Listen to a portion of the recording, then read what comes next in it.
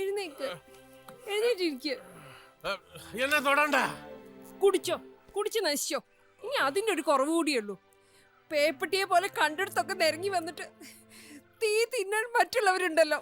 ചെലമ്പാതിരിക്കടി.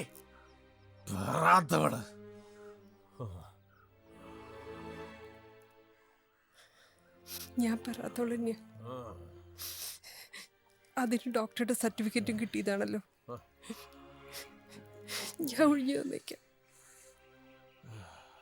പിന്നെ എന്ത് വേണമെങ്കിലും അയക്കും.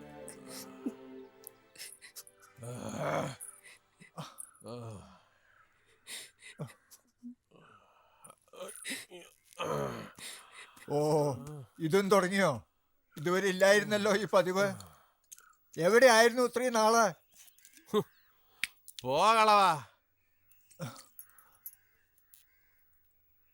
ഞാൻ വെള്ളമടി മാത്രമല്ല, വലിയും തുടങ്ങി, പെണ്ണുടിയും തുടങ്ങി. നിങ്ങളാരും ചോദിക്കാൻ.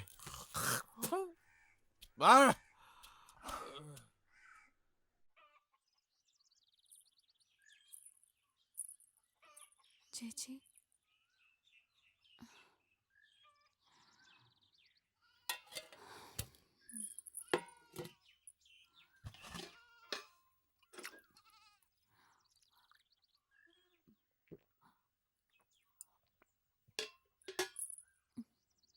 ചേച്ചി ഞാൻ ഇറങ്ങാം.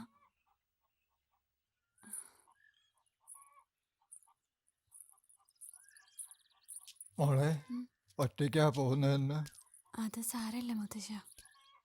വല്ലതും കഴിച്ചോ നീയെ?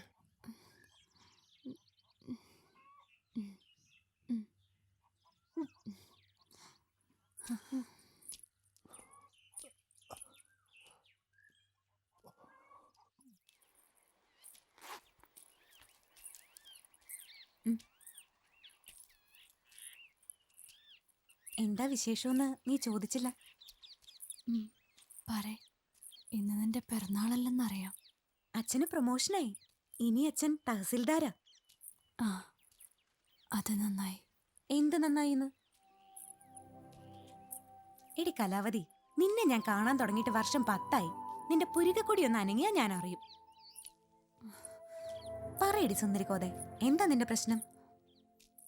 ഭരതേട്ടൻ തിരിച്ചു വന്നു. അതെയോ? ഭാഗ്യായി. അപ്പൊ സന്തോഷിക്കല്ലേ വേണ്ടത്? നിനക്കറിയാലോ, ഭരതേട്ടൻ എനിക്ക് അച്ഛനും ചേട്ടനും രക്ഷകർത്താവും ഒക്കെ. പക്ഷെ അദ്ദേഹം ഇപ്പൊ തിരിച്ചു വന്നിരിക്കുന്ന വേറൊരാളായിട്ട്. കുടിയും വലിയും തെറിപ്പറച്ചിലും. ശരിക്കും പേടിയാവുക അദ്ദേഹത്തിന്റെ ഭാവം കാണുമ്പോൾ. ഞങ്ങൾക്ക് ആരുമില്ല, അനാഥരായതുപോലെ. നീ വിഷമിക്കാതെ, ഞാൻ അച്ഛനോട് പറഞ്ഞ് സംസാരിപ്പിക്കാം ഭരതേട്ടനോട്. അയ്യോ വേണ്ട, ഇനി അത് മതി അടുത്തൊരു കലാപത്തിന്. പക്ഷെ ഭരതേട്ടൻ ഇനിയും തിരിച്ചു പോവുമെന്ന് എൻ്റെ പേടി. അങ്ങനെ സംഭവിച്ച എൻ്റെ ചേച്ചി ജീവനോടുണ്ടാവില്ല. അത്രയ്ക്ക് ഇഷ്ട ചേച്ചിക്ക് ഭരതേട്ടനെ. നീ എന്തായി പറയുന്നേ? അത്ര പെട്ടെന്ന് അറ്റുപോകുന്നതാ ബന്ധങ്ങൾ? എന്തോ എനിക്കറിയില്ല.